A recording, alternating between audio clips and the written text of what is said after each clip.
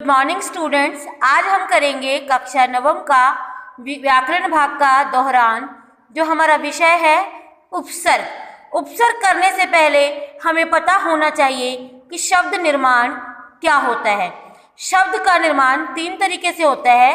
मूल शब्द पर उसके पहले शब्दांश जोड़ने पर, या मूल शब्द के बाद शब्दांश जोड़ने पर, या 2 स्वतंत्र शब्दों के योग से। स्वतंत्र अर्थवान अक्षर या अक्षर समूह को शब्द कहते हैं। तो यह हमारे पाठ्यक्रम में सम्मिलित है शब्द और पद के रूप में। तो यहाँ पर आपको पता चला कि कोई भी शब्द कब बनता है, या तो उसके अंदर पहले शब्द का अंश जोड़ा जाता है और या फिर उसके बाद में, या फिर 2 अलग अलग शब्दों के योग से। यहाँ हम अपना विषय करेंगे उपसर्ग। उपसर्ग। उपसर्ग मतलब वे शब्दांश, शब्द का टुकड़ा जो किसी शब्द के पहले लगकर उस शब्द का अर्थ बदल देते हैं, उसे हम उपसर्ग कहते हैं।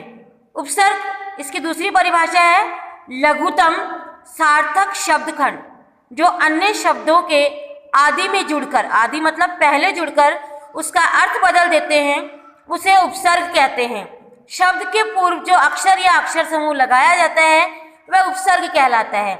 यहाँ पर उदाहरण के तौर पर है जैसे सुपुत्र। यहाँ हमें पता है कि पुत्र का अपना अर्थ होता है, लेकिन उसके आगे सु लगकर उसका अर्थ बदल गया। सुपुत्र मतलब अच्छा पुत्र। यहाँ सु शब्दांश पुत्र के साथ बैठकर नए शब्द का निर्माण करता है। सु शब्दांश शब्द नहीं, शब्द वाक्य के स्वतंत्र रूप से प्रयुक्त हो सकता है, शब्दांश नहीं। शब्दांश तो केवल किसी शब्द से जुड़कर ही नए अर्थ की रचना में सहायक होता है। जो शब्दांश शब्द से पहले लगता है उसे उपसर्ग कहते हैं। उपसर्ग की 3 बातें होती हैं। उपसर्ग सार्थक खंड होते हैं। वे शब्द खंड अपने आप में अपूर्ण होते हैं, अतः उनका स्वतंत्र प्रयोग नहीं हो सकता। किसी अन्य के साथ जुड़ने पर ही वाक्य में उनका प्रयोग होता है। हमारे कक्षा 9 के पाठ्यक्रम में अक्सर पूछा जाता है कि मूल शब्द कौन सा है और उपसर्ग कौन सा है। यहाँ पर आपके पास शब्द आया है आहार। आ यहाँ पर उपसर्ग है और हार यहाँ पर मूल शब्द है। तो इस प्रकार प्रहार, प्रहार में हार हमारा मूल शब्द है और प्र हमारा उपसर्ग है। निहार, हार हमारा मूल शब्द है, नी इसका उपसर्ग है। इस प्रकार हमारे पास बहुत से ऐसे शब्द हैं जैसे अति, इसका अर्थ होता है अधिक, अतिरिक्त। तो रिक्त क्या है, हमारा मूल शब्द है, अति इसका उपसर्ग है। अत्यंत, अति अंत, अति हमारा उपसर्ग है और अंत इसका मूल शब्द है।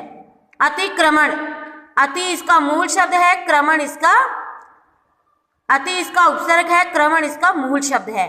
अत्युत्तम, अति उत्तम, तो यहाँ इसके टुकड़े करने पड़ेंगे अत्युत्तम के। अति प्लस उत्तम, अति इसका मूल शब्द है, उत्तम इसका मूल शब्द है, अति इसका उपसर्ग है। अत्याचार, अति आचार, अति इसका उपसर्ग, आचार इसका मूल शब्द है। अति कोमल, कोमल मूल शब्द है, अति इसका उपसर्ग है। इसका दूसरा उदाहरण हम लेते हैं अनु शब्द से। अनु मतलब पीछे, अनुज, अनु प्लस ज, अनुज छोटा, अनुचर, चर मूल शब्द अनु। अनुगामी, गामी मूल शब्द, अनु इसका उपसर्ग। अनुराग, राग मूल शब्द और अनु इसका उपसर्ग। अनुकूल, कुल मूल शब्द, अनु इसका उपसर्ग। अनुसार, सार इसका मूल शब्द, अनु इसका उपसर्ग। अनुभूति, अनु इसका मूल शब्द उपसर्ग, भूति इसका मूल शब्द। अनुगमन, गमन इसका उपसर्ग, गमन इसका मूल शब्द, अनु इसका उपसर्ग। इस प्रकार यह हमारे उपसर्ग के कुछ उदाहरण। कुछ और उदाहरण हम देखेंगे जैसे आरक्षण, रक्षण हमारा मूल शब्द, आ इसका उपसर्ग। आमरण, मरण हमारा मूल शब्द, आ इसका उपसर्ग। आदान, आ उपसर्ग, दान मूल शब्द।